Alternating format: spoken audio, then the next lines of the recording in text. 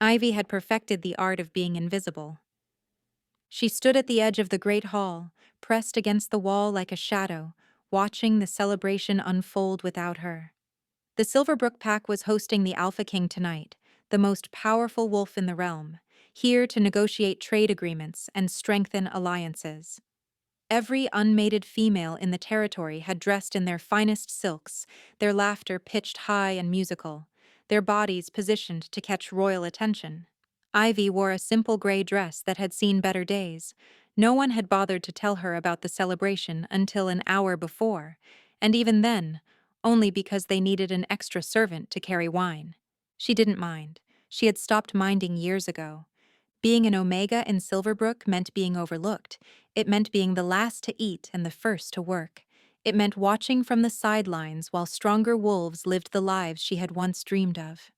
Ivy's wolf was small and quiet, her presence so unremarkable that packmates regularly forgot she existed.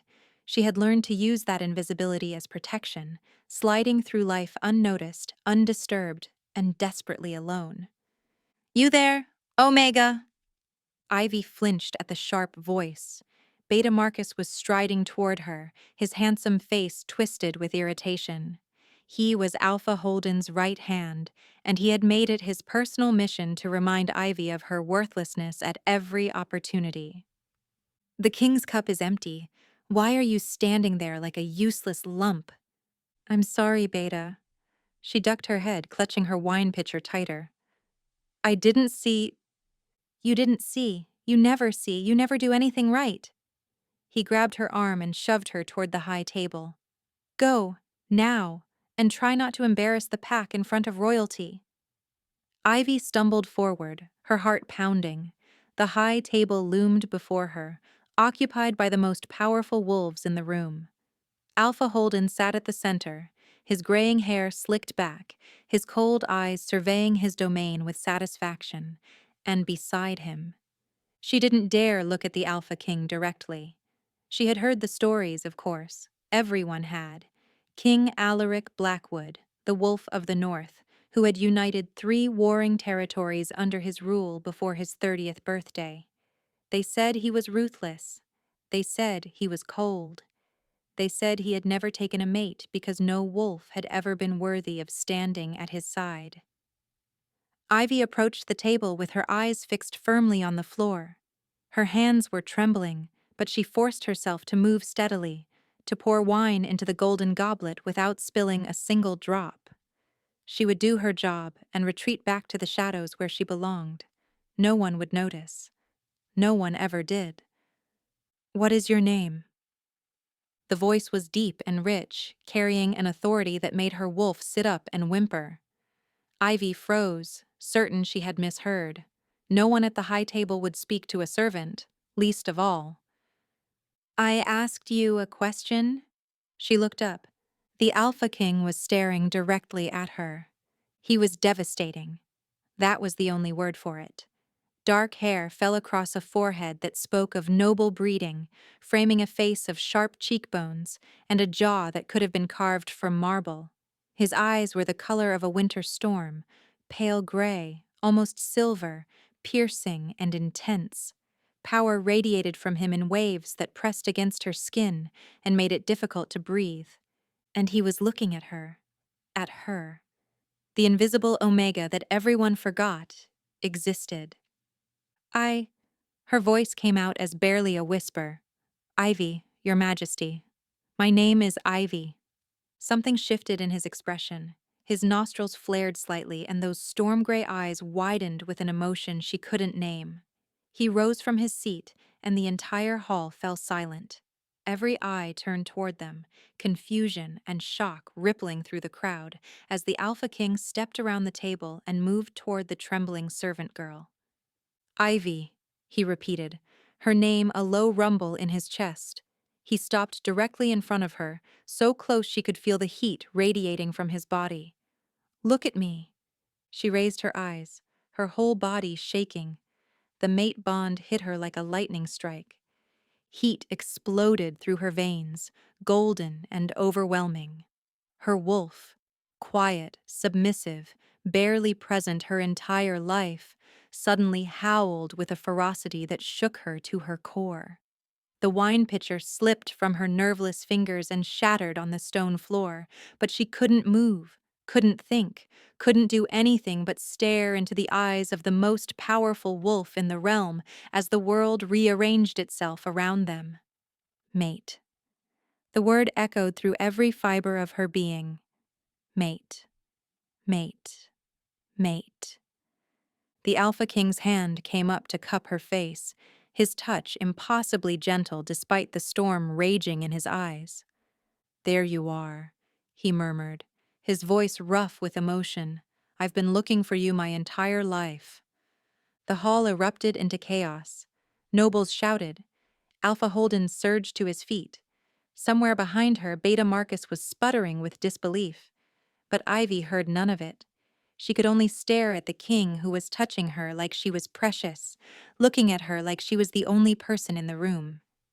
"I don't understand," she whispered. "I'm nobody. I'm just—" "You're mine." The words came out as a growl, possessive and absolute. "And I am never letting you go." For the first time in her life, someone had seen her, and he was a king. Alpha Holden's voice cut through the chaos like a blade. "Your Majesty, surely there's been some mistake." He stepped forward, his face a careful mask of diplomacy that couldn't quite hide the calculation beneath. "This girl is an Omega, a servant. She's not fit to pour your wine, let alone—" "Choose your next words very carefully."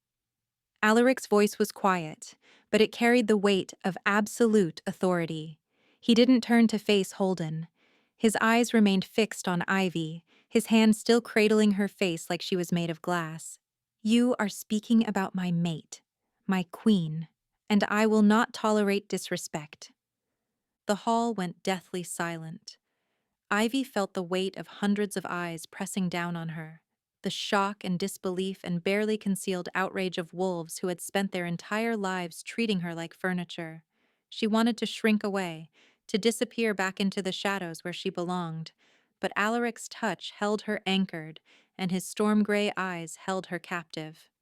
"Your Majesty." Beta Marcus stepped forward, his handsome face twisted with something ugly. "With all due respect, this Omega is barely worthy of scrubbing floors. She's weak, pathetic. She can't even shift properly. Whatever you think you're sensing, it can't possibly be." Alaric moved so fast Ivy barely saw it. One moment he was standing before her. The next he had Marcus pinned against the wall by his throat, feet dangling inches off the ground. "You dare!" The words came out as a snarl, barely human. "You dare to speak of her that way in my presence." Marcus's face purpled. His hands clawed uselessly at Alaric's grip, his eyes bulging with terror. The entire hall had frozen, too shocked to move, too afraid to intervene. "I heard you earlier." Alaric's voice dropped to a deadly whisper. "I heard you call her worthless. I heard you put your hands on her. I should tear out your throat for that alone." "Please," Marcus wheezed. "But I won't. Not because you deserve mercy, but because she does." Alaric released him, letting him crumple to the floor in a gasping heap. "She shouldn't have to watch her mate kill a man on the night they meet, even one as pathetic as you." He turned back to Ivy, and the fury in his expression melted into something infinitely tender. He took her trembling hands in his thumbs stroking soothing circles on her wrists. "I'm sorry," he said quietly. "I didn't mean to frighten you." "You didn't." The words came out before she could stop them. No one has ever defended me before." Pain flickered across his features. "Then every wolf in this pack has failed you, and they will answer for it." "Your Majesty." Alpha Holden had recovered his composure, though his voice was strained. "The Omega, Ivy, is a member of my pack. She cannot simply leave without—" "She is my mate." Alaric turned to face him, keeping Ivy's hand firmly clasped in his. "That supersedes any claim you might have. I am taking her with me tonight. If you have objections, I suggest you voice them now so I can explain exactly why they don't matter. Holden's jaw tightened. For a moment, Ivy thought he might actually argue. But even he wasn't foolish enough to challenge the Alpha King over an Omega he had never valued in the first place. Of course, Your Majesty. The words came out through gritted teeth. We would never stand in the way of a fated bond. How generous of you. Alaric's tone made it clear he saw through the pretense. He turned back to Ivy, his expression softening. Is there anything here you wish to bring with you? Belongings? Keepsakes? She thought of her tiny room in the servants' quarters, the threadbare blanket on her narrow cot, the single book she had rescued from a rubbish pile years ago, its spine cracked and its pages water-stained. Everything she owned in the world could fit in a small sack. Nothing important, she whispered. Something dark crossed Alaric's face. Then we leave immediately. My carriage is waiting.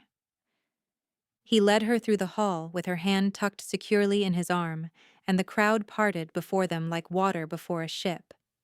Ivy kept her eyes fixed straight ahead, too overwhelmed to meet the stares boring into her from every direction.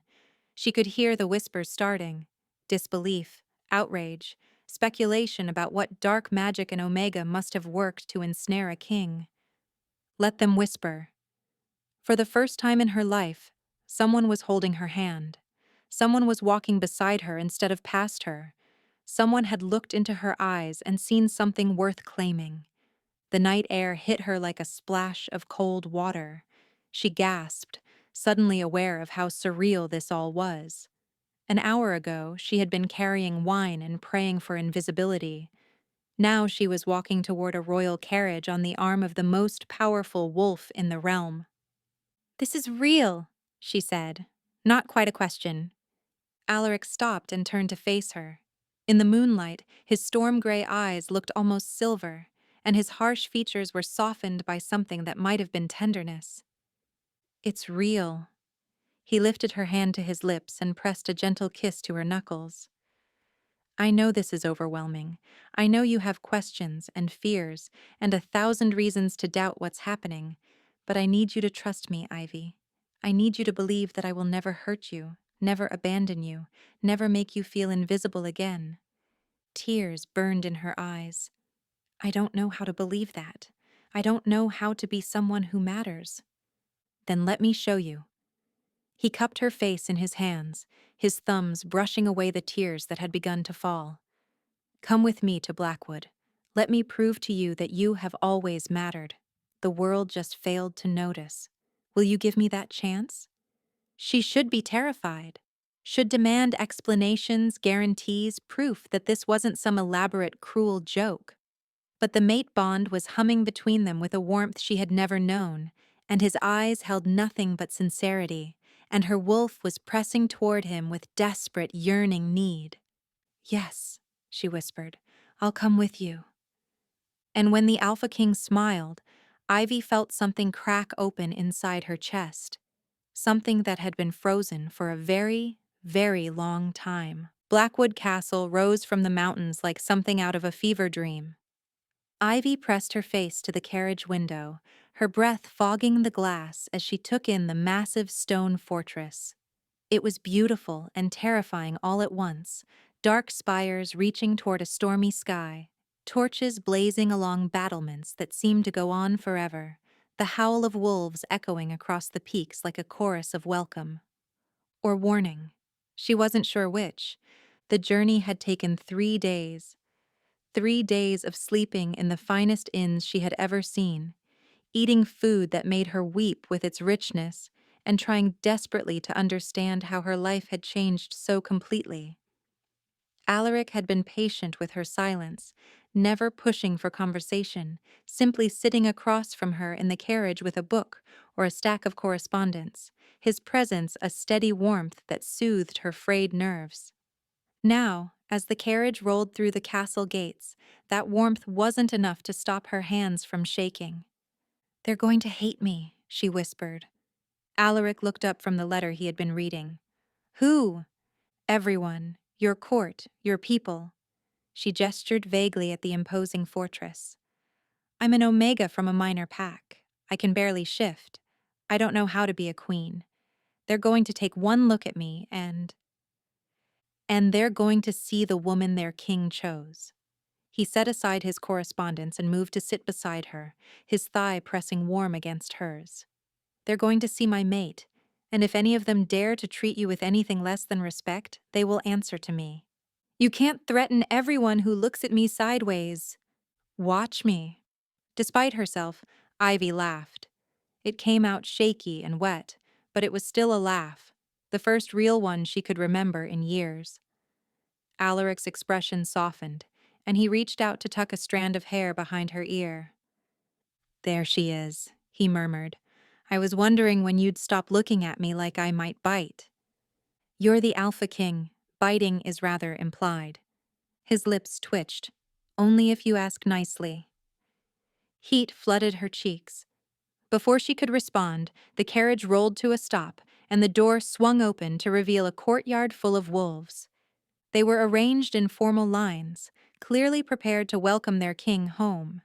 Nobles in fine clothes stood at the front, their faces carefully neutral. Servants and guards filled the spaces behind, craning their necks to catch a glimpse of the mysterious mate their king had brought back from his travels. Ivy wanted to shrink into the carriage cushions and never emerge. But Alaric was already stepping out, turning to offer her his hand with an expression that brooked no argument. She took it. What else could she do? The whispers started the moment her feet touched the ground. That's her?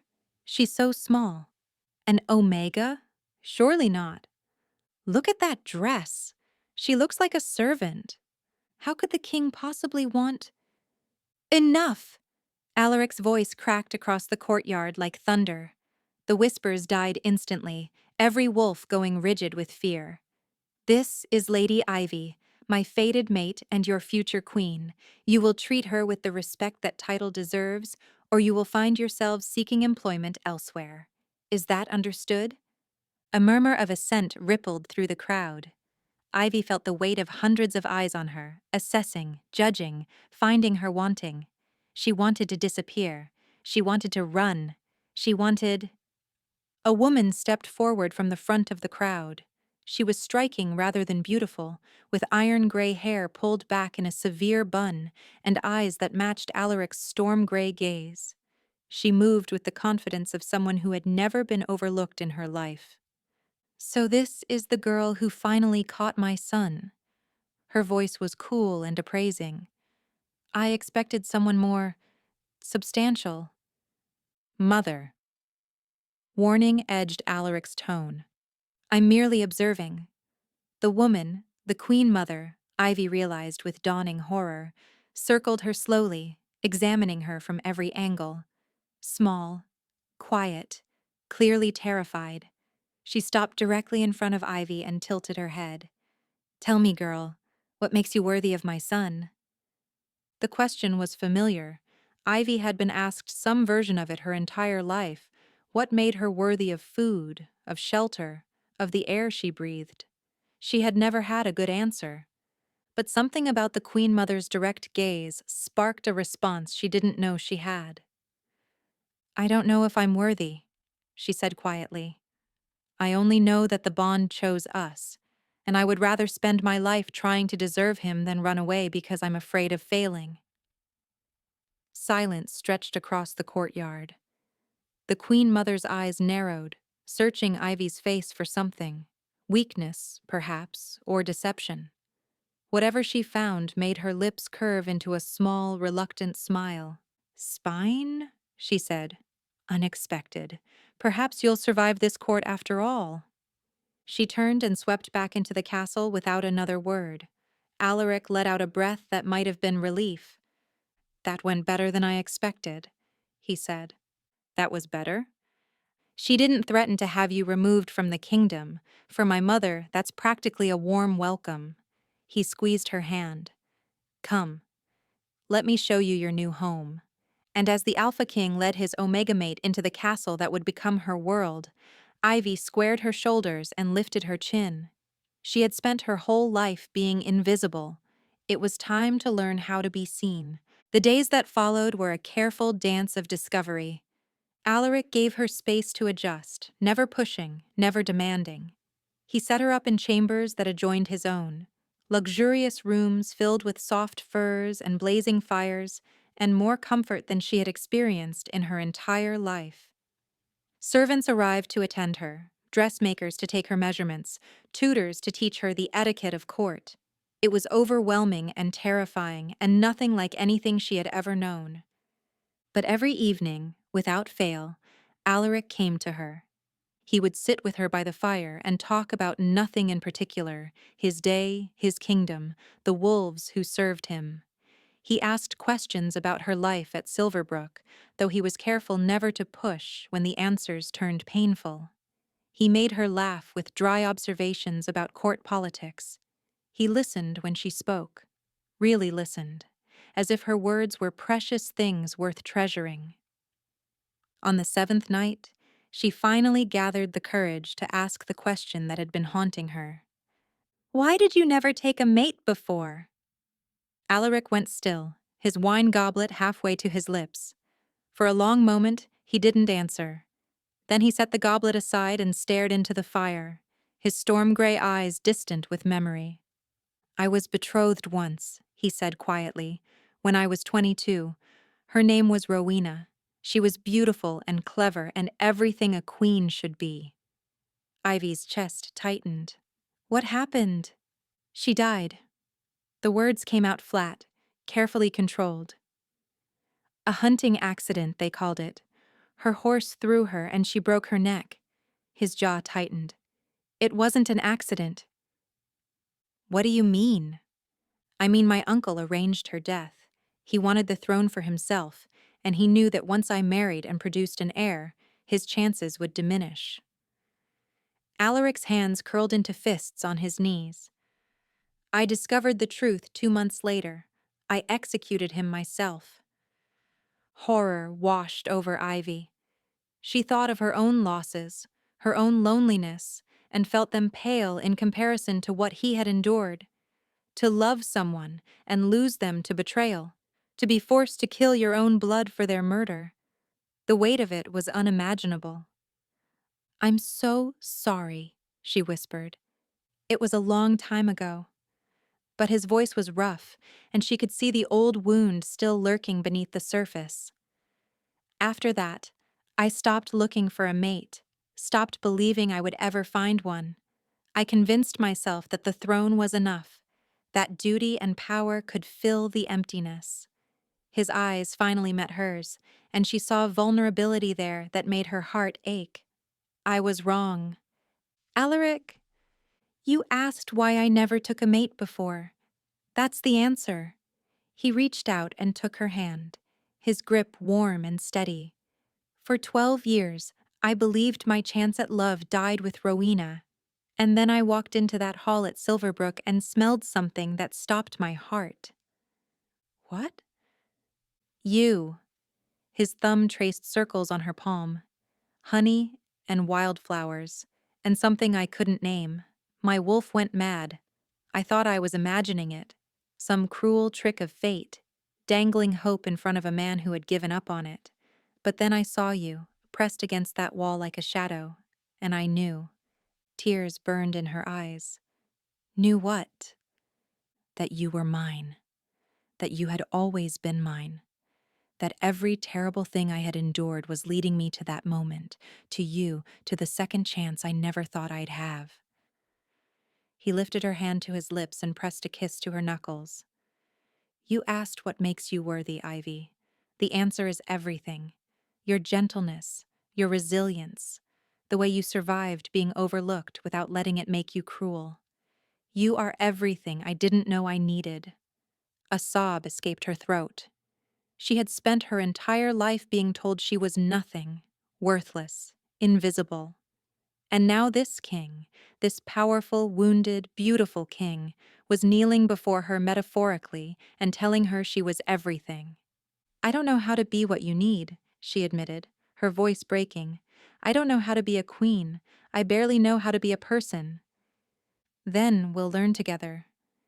He rose from his chair and knelt before her, taking both her hands in his. I'm not asking you to be perfect. I'm asking you to be mine, to let me love you, to let me show you who you really are. She looked down at him, the Alpha King, kneeling at her feet, his storm-gray eyes shining with an emotion that stole her breath. I'm already yours, she whispered. I think I was yours the moment you asked my name. His smile could have lit the darkness. He leaned up and pressed his forehead to hers, and they stayed that way for a long moment, breathing together, the mate bond humming between them like a song. Then let me love you properly, he murmured. Let me show you what it means to matter. And Ivy, who had spent her whole life being invisible, finally felt like someone had turned on the light. 2 weeks after her arrival, Alaric took her to the mountain garden. It was hidden away behind the castle's eastern wall, accessible only through a narrow passage that most wolves didn't know existed. Snow-covered paths wound between winter-hardy shrubs and stone benches, and at the center stood a frozen fountain carved with wolves dancing beneath a crescent moon. My father built this for my mother, Alaric said, guiding her along a path dusted with fresh powder. When they first mated, she was homesick for her birth pack in the south, so he created a garden where she could find peace, a place that was hers alone. Ivy looked around at the quiet beauty, her heart aching at the romance of it. It's beautiful. I used to come here as a child, when the pressures of being heir grew too heavy. He stopped beside the frozen fountain and turned to face her.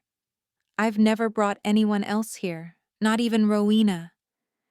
The significance of his words hit her like a wave. This was sacred ground for him, a refuge he had protected for decades, and he was sharing it with her.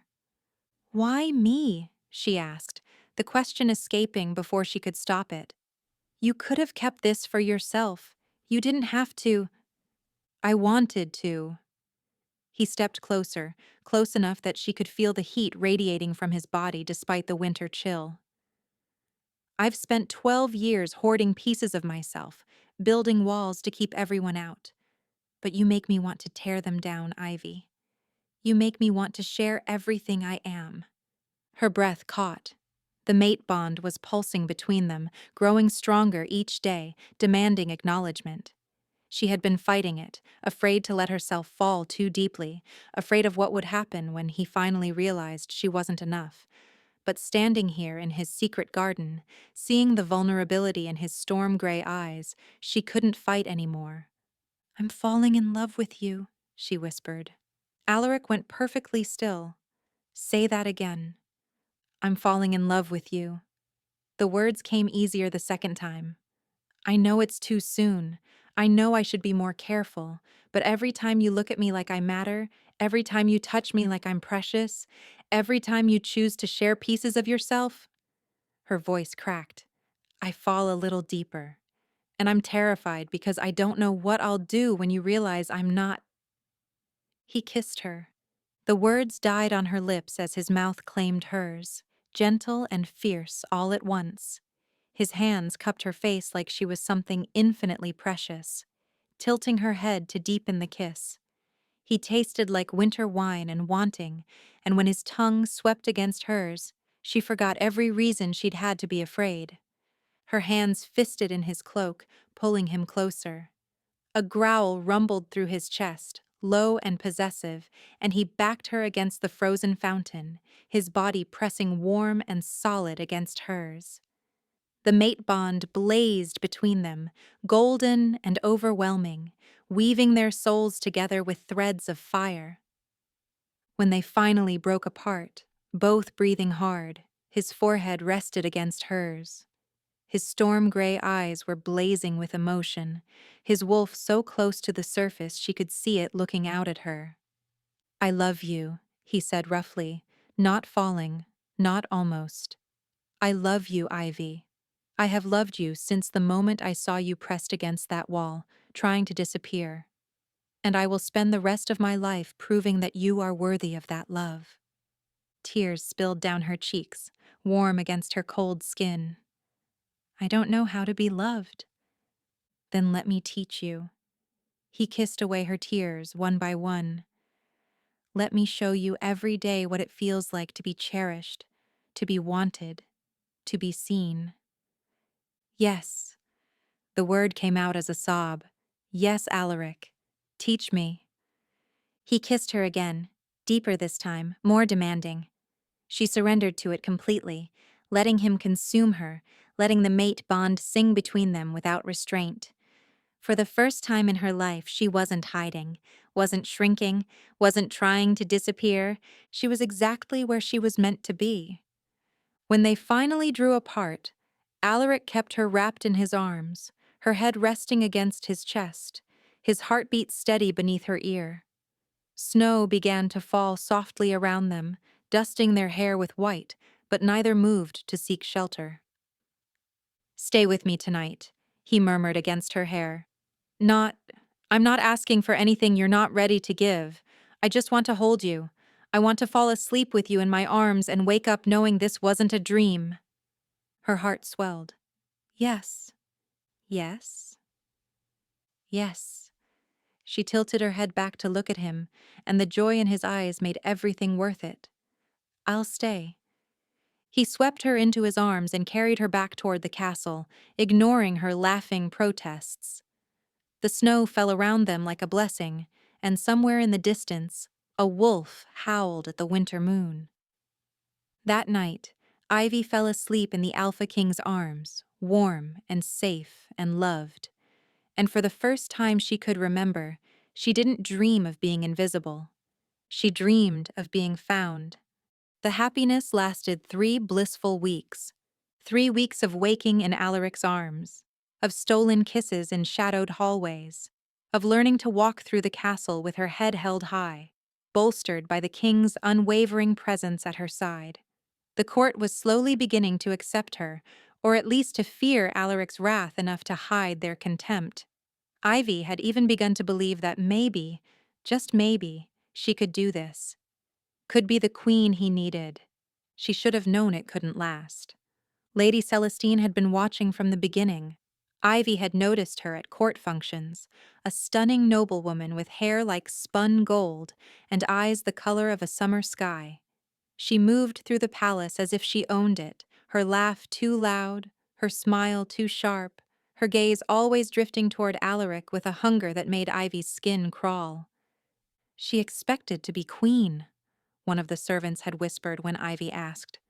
Before you arrived, everyone assumed the king would eventually choose her. She's been positioning herself for years. Now, 3 weeks into Ivy's new life, Celestine finally made her move. It began with whispers. Ivy first noticed them at breakfast, noblewomen falling silent when she approached, their eyes sliding away with barely concealed smirks. By midday, the whispers had spread through the entire castle, sly murmurs that stopped whenever she drew near, only to resume the moment she passed. "What are they saying?" she asked Mira, the young maid who had been assigned to attend her. "Please, I need to know." Mira's face crumpled with sympathy.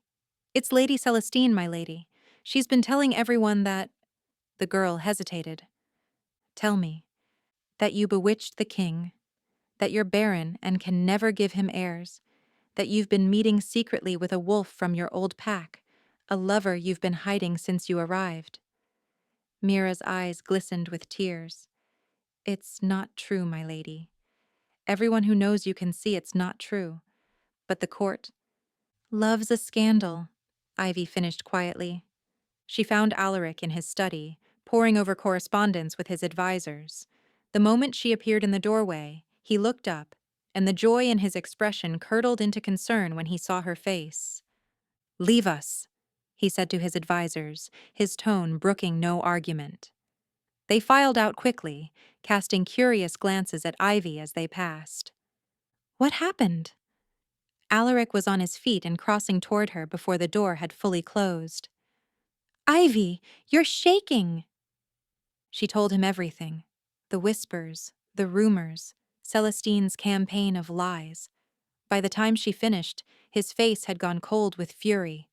"I'll have her banished within the hour." "No." The words surprised them both. Ivy reached out and caught his arm. "If you punish her now, it will only prove her point. They'll say you're acting irrationally, that I've clouded your judgment. It will make things worse." "I don't care what they say. No one speaks of you that way." "I care." Her voice cracked. "I care because I want them to respect you. I want to be a queen worthy of standing at your side, not a weakness your enemies can exploit." Something shifted in his expression, anger melting into something softer, something aching. He pulled her into his arms and held her tight. "You are not a weakness," he said fiercely. "You are the greatest strength I've ever known, and if this court can't see that, then they don't deserve you." "Then help me prove them wrong."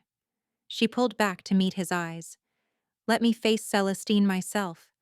Let me show them that I'm not the fragile little Omega they think I am." For a long moment, he just looked at her. Then a slow smile curved his lips. "You continue to surprise me," he murmured. "Very well.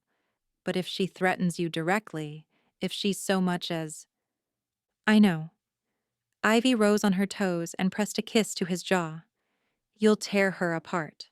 I'm counting on it." The confrontation came that evening at a formal dinner in the Great Hall.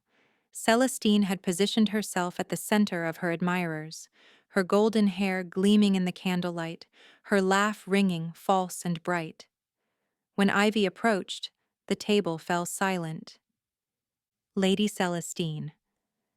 Ivy kept her voice steady despite her pounding heart. "I believe we should speak." "Oh."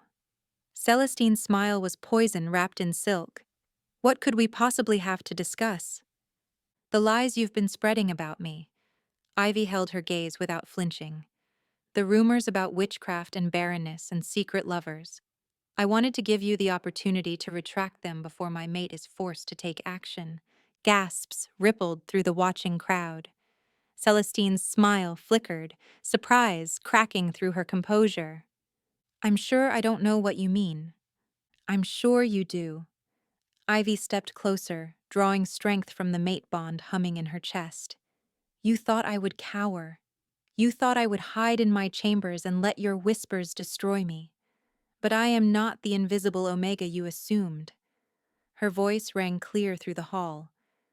"I am the Alpha King's mate, his chosen, and I will not be driven away by jealousy and lies."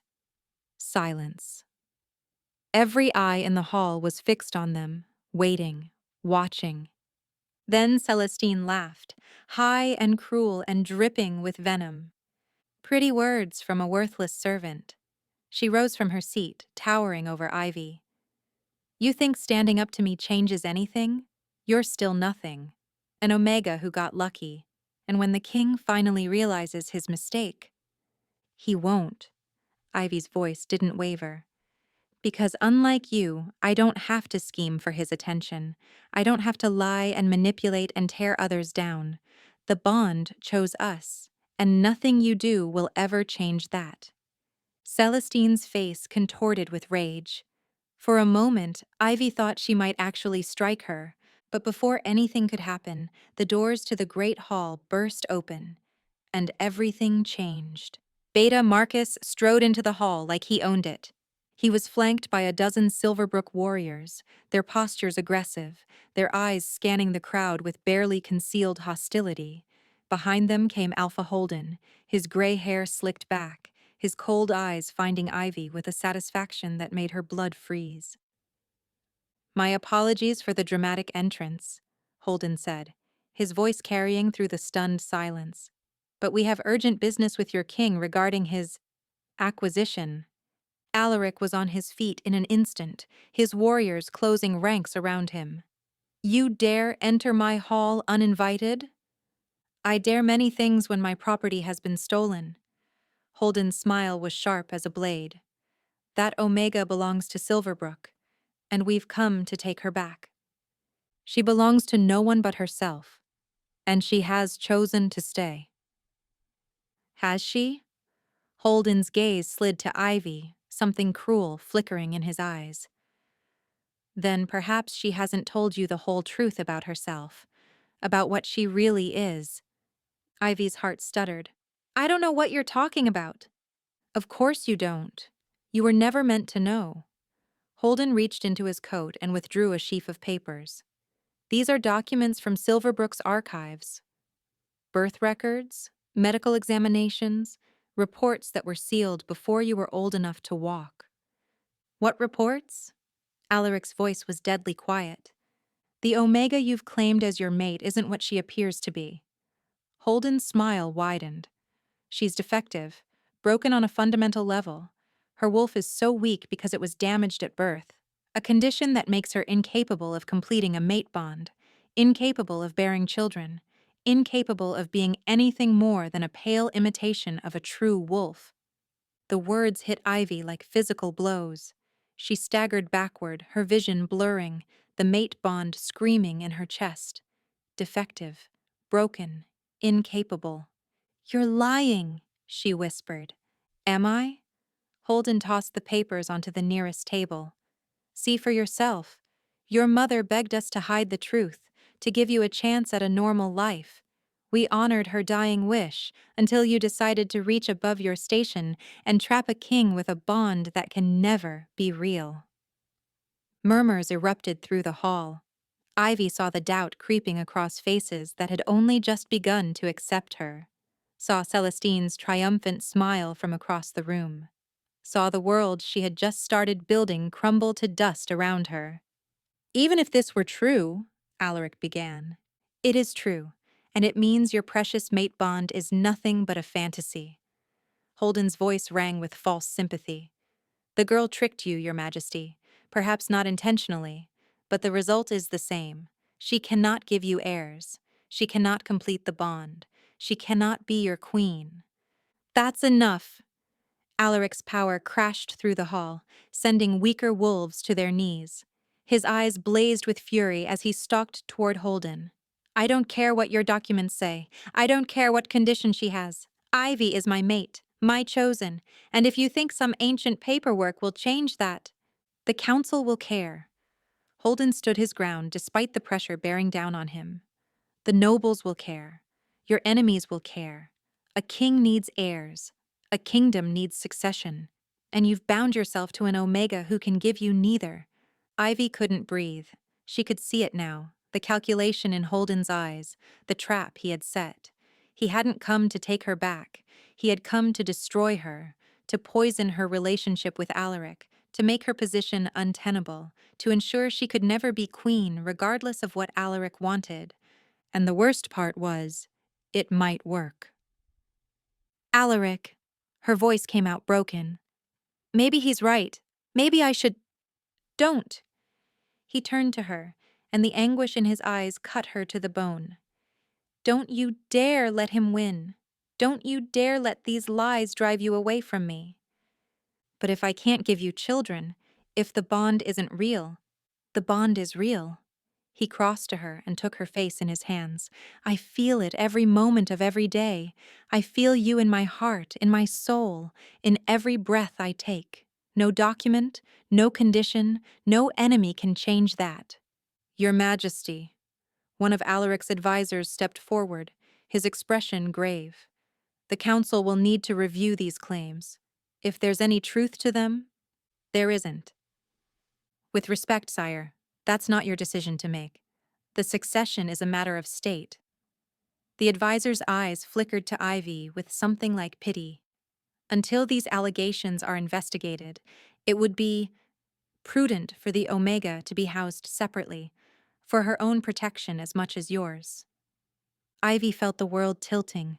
They were going to take her away from him, going to lock her up while they investigated Holden's lies, going to give Celestine and the other vultures time to poison Alaric against her. No, Alaric's voice was ice. She stays with me. My king? I said no. But even as he spoke, Ivy could see the impossible position he was in. The advisor was right. The council would demand answers. The nobles would demand proof. And if Alaric refused to cooperate, he would look like the besotted fool Holden was painting him to be. "It's okay." The words tore out of her throat like broken glass.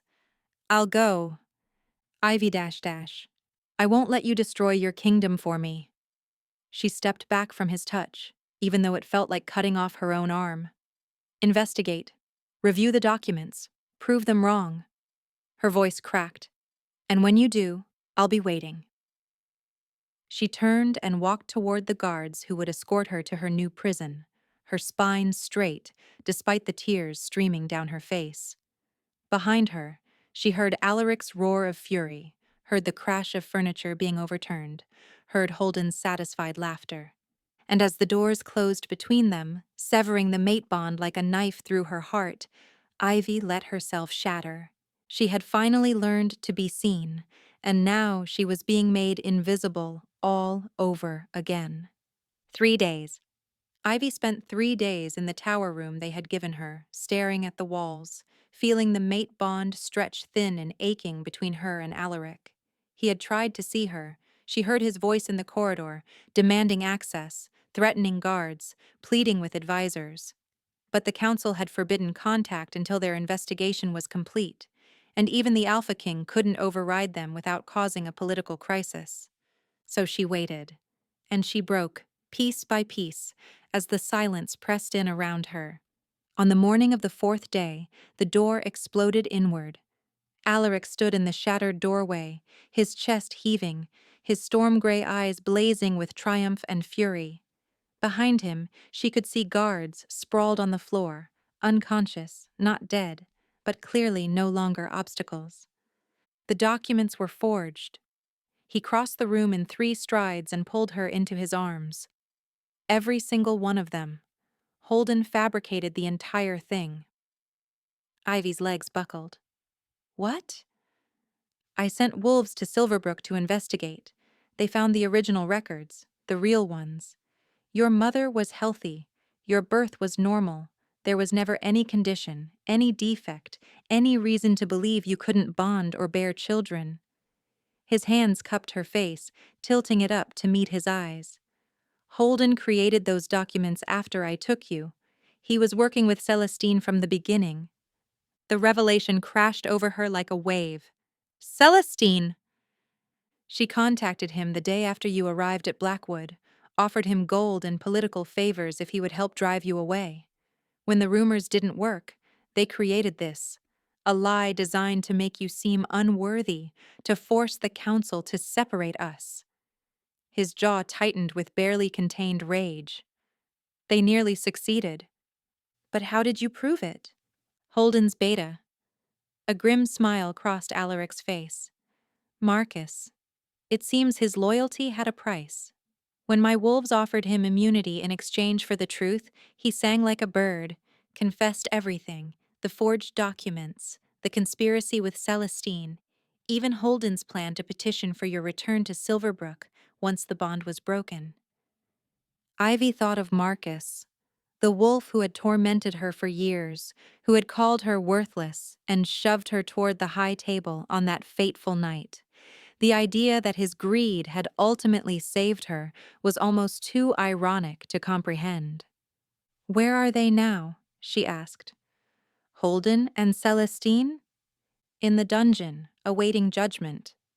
Alaric's expression hardened. "The council has already reviewed Marcus's testimony. They've declared the documents fraudulent and the conspiracy treason. Holden will lose his territory. Celestine will lose everything." His voice dropped to a growl. "And both of them will spend the rest of their lives regretting the day they tried to take you from me." He swept her into his arms and carried her out of the tower, past the groaning guards, down corridors that seemed to blur together. Wolves pressed against the walls as they passed, their eyes wide, whispers erupting in their wake. Word was spreading. The king had reclaimed his mate, and the wolves who had conspired against her had been exposed. They emerged into the great hall, and Ivy gasped. The entire court had assembled, nobles and servants, warriors and advisors. Every wolf in Blackwood seemed to have gathered to witness what came next. At the center of the room, Chained and flanked by guards stood Alpha Holden and Lady Celestine. Celestine was weeping, her golden hair tangled, her beautiful face streaked with tears and terror. Holden stood rigid and defiant, but Ivy could see the fear lurking beneath his cold facade. Alaric set her on her feet, but kept her hand firmly clasped in his. He led her to the dais where his throne sat waiting, then turned to face the assembled crowd. 3 days ago, lies were spoken in this hall. His voice rang through the chamber like thunder. Lies designed to destroy my mate, lies designed to undermine my rule, lies fabricated by wolves who believed their ambition was more important than the truth. He gestured to the chained prisoners. Alpha Holden of Silverbrook conspired with Lady Celestine to forge documents claiming my mate was defective. They spread poison through this court, turning wolves against their future queen with nothing but jealousy and greed. His storm-gray eyes swept across the crowd. They failed. Murmurs rippled through the hall. Ivy saw faces shifting, guilt replacing suspicion, shame replacing doubt. The documents were lies. The conspiracy has been exposed, and these wolves, Alaric's voice dropped to ice, will spend the rest of their days paying for their crimes. Please! Celestine fell to her knees, her chains clanking. Your Majesty, I was manipulated. Holden promised me. You promised yourself a crown that was never yours to take. Alaric's contempt was withering. You tormented an innocent woman because you couldn't accept that fate had chosen someone else. That is not manipulation. That is cruelty. He turned to Holden, and his expression grew even colder. As for you, you abused a member of your pack for years. You allowed your wolves to treat her as less than nothing. And when she finally found happiness, you tried to destroy it with lies. He stepped closer, power radiating from him in waves. Your territory is forfeit. Your title is stripped. You will be exiled to the wastes, where you will live out your days knowing that the Omega you called worthless will rule as queen while you rot in obscurity. Holden's facade finally cracked. You can't. I can, and I have. Alaric gestured to his guards. Take them away. The prisoners were dragged from the hall, their protests fading into echoes. The court stood in stunned silence, processing the magnitude of what they had witnessed. Then Alaric turned to Ivy, and his harsh expression melted into something infinitely tender. Now, he said softly, loud enough for all to hear, let me show my kingdom what my mate truly means to me. He sank to one knee before the entire court. Gasps echoed through the hall. The Alpha King, the most powerful wolf in the realm, kneeling at the feet of the Omega everyone had once ignored. Ivy's heart stopped, her breath caught, her whole body trembling as she looked down at the man who had changed everything. Ivy!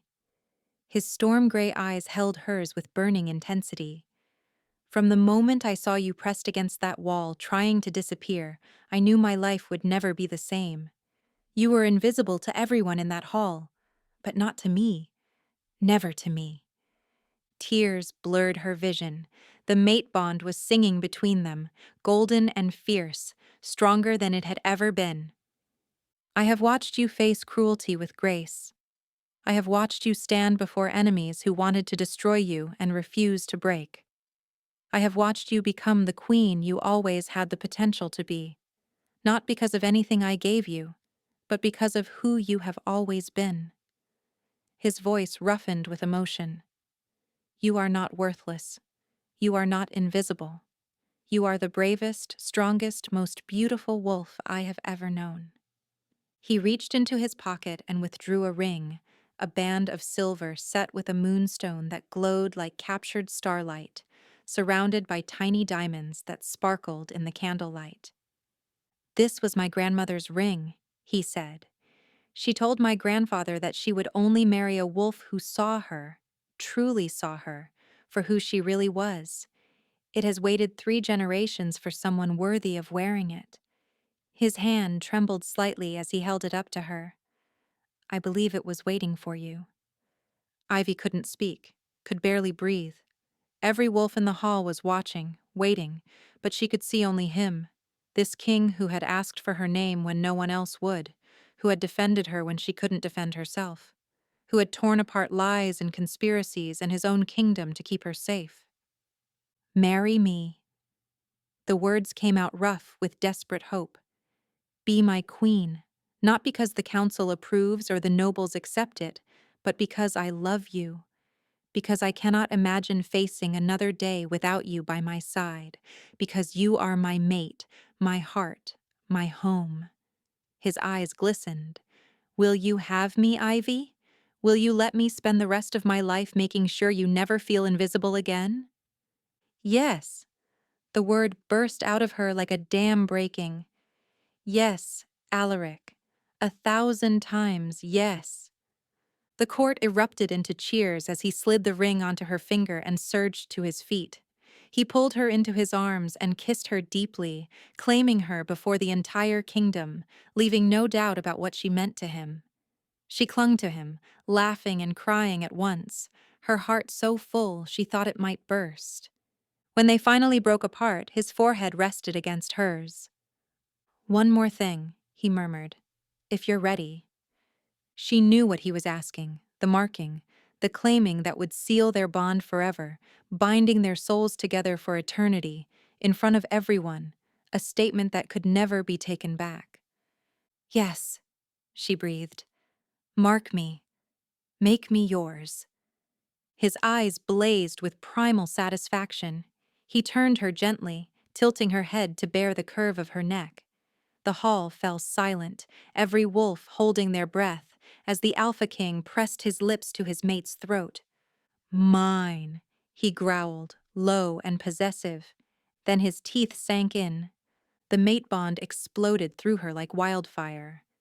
Ivy gasped as sensation flooded every nerve, Alaric's love and devotion and fierce protectiveness pouring into her soul, filling all the empty spaces that had been carved by years of loneliness. She felt him completely, felt his joy and triumph and the overwhelming rightness of this moment, and she poured herself back into him, all her fear and hope and hard-won strength, offering everything she was. When he pulled back, his eyes were blazing gold. His wolf pressed so close to the surface that his features had begun to shift. He pressed a reverent kiss to the fresh mark on her throat, and the bond pulsed between them like a second heartbeat. Yours, she whispered, forever. He turned her to face the court, his arm wrapped firmly around her waist. The hall was silent for one breathless moment, and then the cheering began. Wolves who had doubted her, dismissed her, whispered about her unworthiness were now on their feet, applauding their new queen with tears streaming down their faces. The Queen Mother stepped forward, and for the first time, her severe expression held something warm. Welcome to the family, she said quietly, pressing a kiss to Ivy's cheek.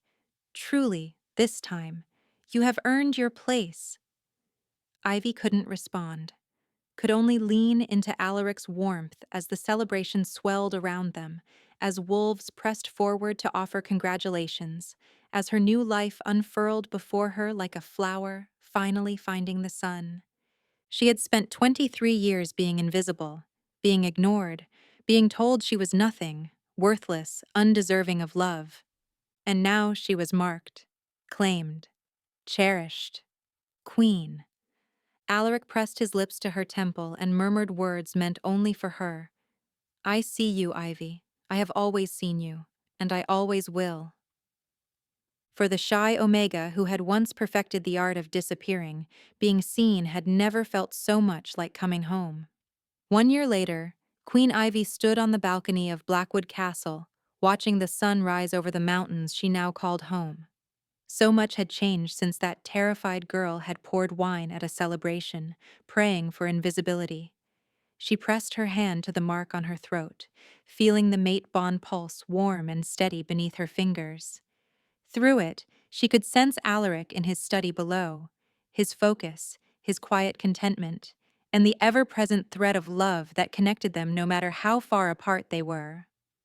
The wedding had been 3 months after the marking, a ceremony that drew wolves from every territory in the realm. Ivy had walked down the aisle in a gown of silver silk, her head held high, her heart full to bursting. She had expected to feel like a fraud, the invisible Omega playing dress up as a queen. Instead, she had felt exactly like what she was, a woman walking toward the man who had seen her when no one else would. The vows they exchanged that day still echoed in her memory. "I promise to see you," Alaric had said, his storm-gray eyes shining. "Every day, in every moment, in every breath. I promise to remind you of your worth when the shadows whisper lies. I promise to love you not despite who you are, but because of it. Always."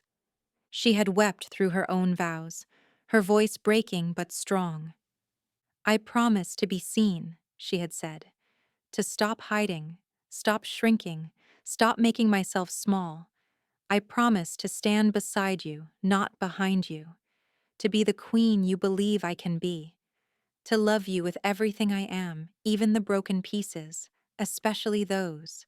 The kingdom had celebrated for 3 days, and when it was over, Ivy had finally allowed herself to believe that this was real, that this was her life now, that she would never have to be invisible again. The months that followed had brought challenges and triumphs in equal measure. She had learned to navigate court politics, to speak with authority, to command respect from wolves who had once dismissed her without a second glance. The Queen Mother had become an unexpected ally, taking Ivy under her wing and teaching her the intricacies of ruling that no book could capture. And then, 2 months ago, everything had changed again. A knock at the balcony door pulled her from her thoughts. Alaric stepped out to join her, his dark hair tousled from sleep, his storm-gray eyes soft with morning warmth. "You're up early," he murmured, wrapping his arms around her from behind. "Couldn't sleep." She leaned back into his embrace, savoring his warmth. "Too much on my mind." "Anything you want to share?" She smiled and turned in his arms, taking his hands and pressing them to her stomach. The slight swell there was barely visible beneath her nightgown, but she knew he could feel it. The new life growing inside her, the miracle neither of them had dared to hope for. "I was thinking about how wrong they all were," she said softly. "Everyone who said I was defective, everyone who said I couldn't bond, couldn't bear children, couldn't be anything more than a worthless Omega."